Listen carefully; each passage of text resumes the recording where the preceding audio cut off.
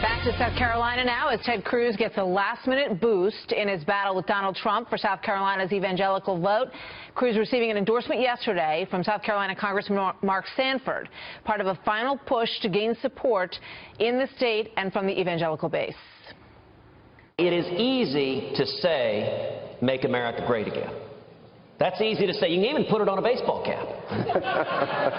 But the question is, do you understand what it was that made America great in the first place? And what made this country great is, number one, we began with the understanding, it was a revolutionary understanding, that our rights don't come from government.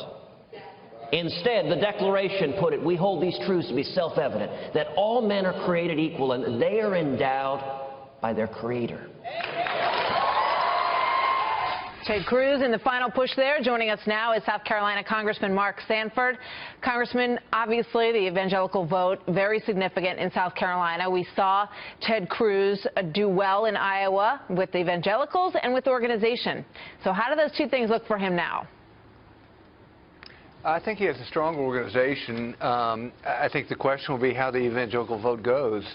Trump has, basically had a commanding lead on that front. But I would argue it's not evangelical vote per se, but that really it's the I-85 corridor, which is where textiles used to be in the state. And South Carolina lost 80,000 textile jobs not so many years ago. Some of those folks went on to get high-tech jobs in places like BMW or other, but some folks have been left behind, and I would argue that that's the jet fuel behind the Trump candidacy rather than, quote, evangelicals, even though they live in the same spots. Yeah, I mean, we've seen a lot of that already in this race, in the short time that we've been watching it. In Iowa, in New Hampshire, that even with evangelicals, the most important thing appears to be the economy and who they think can turn that around. Now, you are backing Ted Cruz. How hard a decision was that for you? You made it very late in the game. Yeah. The fact that I made it on a Friday afternoon before a Saturday says everything about me not particularly wanting to peg a dog in the fight. And as much as anything, it was a statement about my concern about the Trump candidacy. I absolutely get where people are coming from in terms of frustration with Washington and frustration with some pocketbook issues that are, I mean, really impacting themselves and those that they love. But the way in which he has gone about it, I think, has gone to the point of dangerous. When you go out there and say a former president was, in essence, a co-conspirator in 9/11, you get in a contest, if you will, with the Pope, you talk about deficit, but then you won't talk about entitlement spending. I could go down a litany of different things.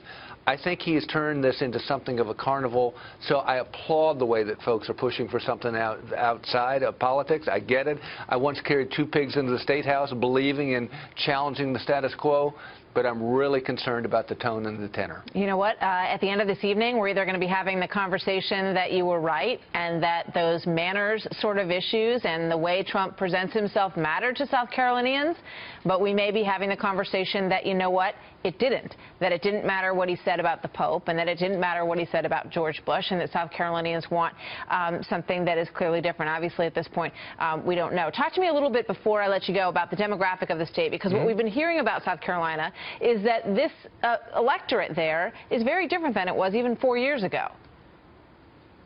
I would concur.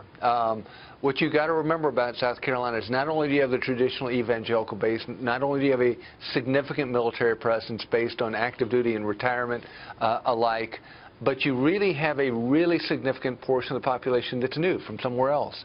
I'm right now in Charleston, and it's burgeoning.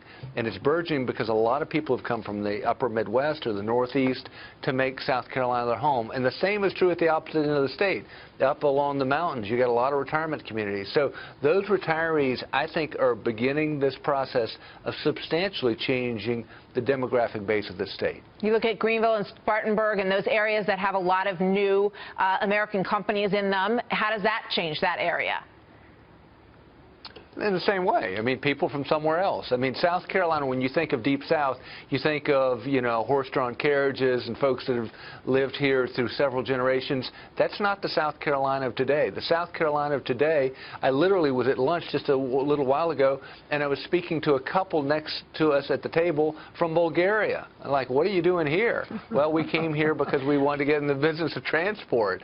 And so it's a much more international, and I would add this, South Carolina Montana has the highest number on a per capita basis of direct foreign investment of any state in the domestic United States. I mean, Hawaii tops us out because of Japanese Very investment, interesting. but in the continental U.S., #1. All right, Congressman Sanford, thank you very much.